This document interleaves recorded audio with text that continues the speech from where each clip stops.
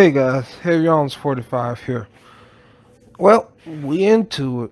This is beginning October, which means we're getting close to. Well, actually, we're on the road to the holiday season.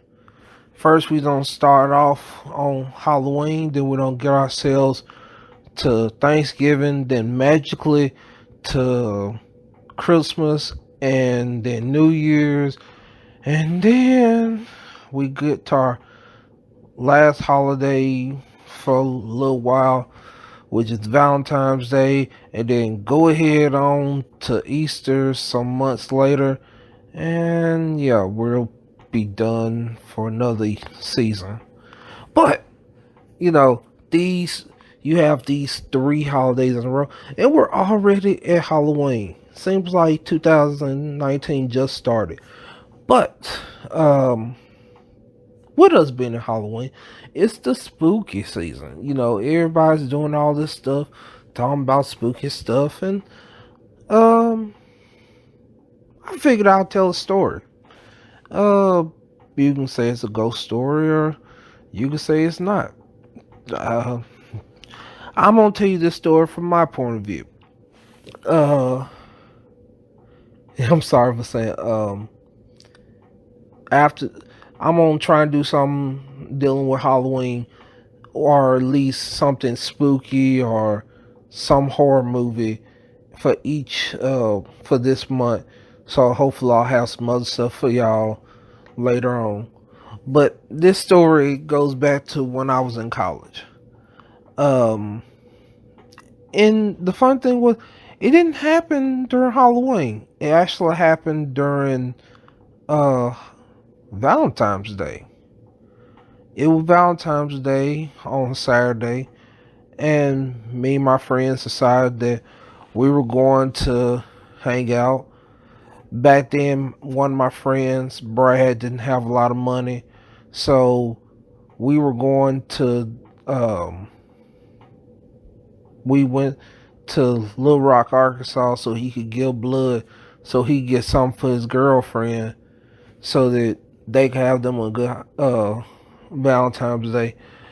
And I didn't have nobody, so I didn't worry about it. But we did that. Uh, if I remember correctly, she actually did come with us, and then we decided to start walking around the campus. And we just so happened to go into this one building that no, not many people go through. It was like one of the older buildings of the school, and there was a bunch of like Sobe bottle caps just laying on the ground. And I just was wondering, from my point of view, why in the world somebody did that?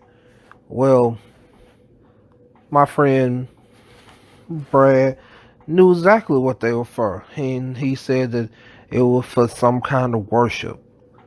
Well, we didn't want to deal with that, or at least I didn't want to deal with that. So we just left it alone because we didn't know when these people were coming.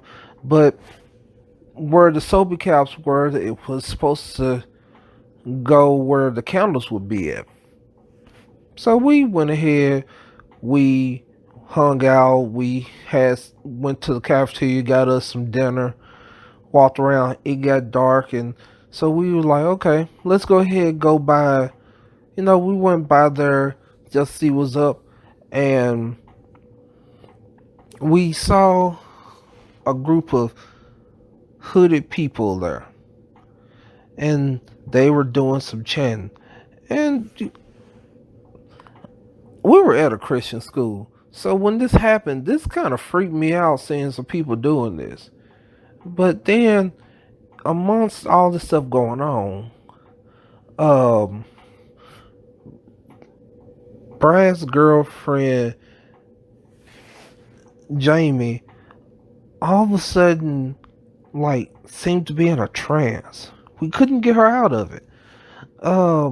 Like we tried to shake, so we took her outside, and we ran to one of our friends, John, who just was walking by, and we were freaking out. Well, I don't know if they're freaking out. I was freaking out because I'm like, oh no, um, what's the world going on? And John suggested that me and Brad pray over her. So John had his hand on her, and we all put our hands on her shoulders as John prayed over her. And I'm like, Lord help her, Lord help her, Lord help her, Lord help her, and I'm freaking out. And all of a sudden, her um, she came out of it, and I was told at that point that there was a situation where this person, well, Jamie had actually, uh, as I was told later on, that she played with some of the Wiccan type stuff. I don't know though, but that was one of the first times that I've ever dealt with, like, I go to church. I'm a Christian, but I never had to deal with a person being possessed. And you read in the Bible where you hear somebody talking about how, well, the Bible talking about how our fight is not against flesh and blood, but principalities and powers. And you like, I thought they were figuratively. I didn't think there was gonna be an actual spirit that could possess somebody. I thought the Exorcist was just a bunch of crap. To be honest with you. But at that moment when I'm seeing her, she's in this trance, and like literally, we shook the mess out of her to try and wake her up, and nothing happened. Like she was stuck in it. Um, and we weren't on drugs or anything like that. It was it freaked me out. You know, um, it was one of the first times that I ever saw somebody like possessed uh, by a creature. And you can say that everything I said is just complete baloney, but hey, I'm telling you from the perspective I saw. I've had people who I've told this to say that they probably did that just for your benefit, but that's too much stuff that's in my mind randomly happened. Could have like just been done for my benefit, but it could have. I could have been tricked by Brad. Who knows? But yeah, it that freaked me out. You know, um, it's not like I saw a demon itself in front of me, but it still did. And you know, I talked to Brad about it recently, and he asked me. He thinks that I was one of the stronger spiritual spirits there that was able to help her come out of it.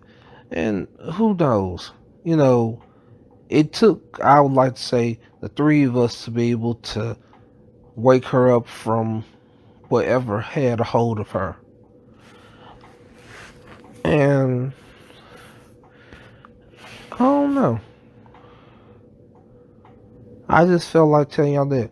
Well, happy road to Halloween.